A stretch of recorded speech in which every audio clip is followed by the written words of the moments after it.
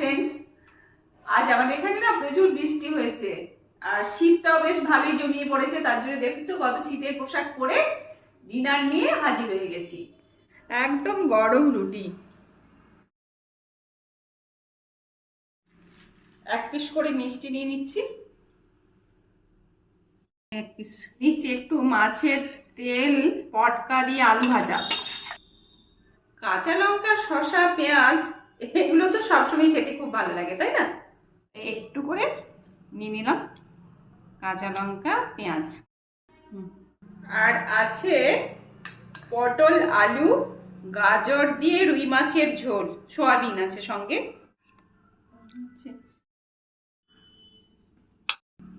থালি তো সাজা হয়ে গেছে, এবার খাওয়া দাওয়া করে ব্ল্যাঙ্কেট মুড়ি দিয়ে দারুণভাবে ঘুম রাখতে হবে, তাই না?